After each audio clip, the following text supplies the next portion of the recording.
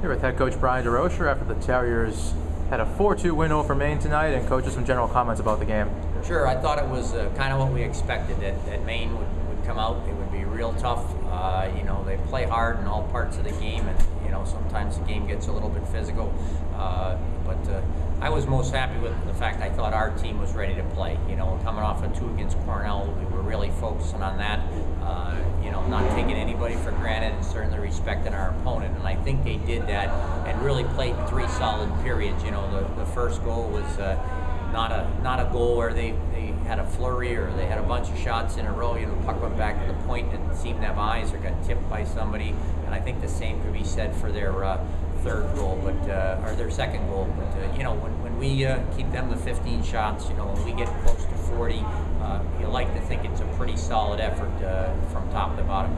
Good to see senior Alyssa Fromkin get the win tonight. Just talk about having 2 solid goaltenders now, no injury woes it seems. Sure, it's great to see her, have a chance to get back here, start to getting, close to fully healthy, and to pick up a win. We know we've got to have 2 goalies here because it's a long season. You never know what's going to happen health-wise with people, and I thought tonight was a perfect opportunity to get her out there because Maine's a league game. It's an important game, and we're not going to look back and say, oh, the team didn't come prepared, and we made her have to make 32 or 36 or 38 saves.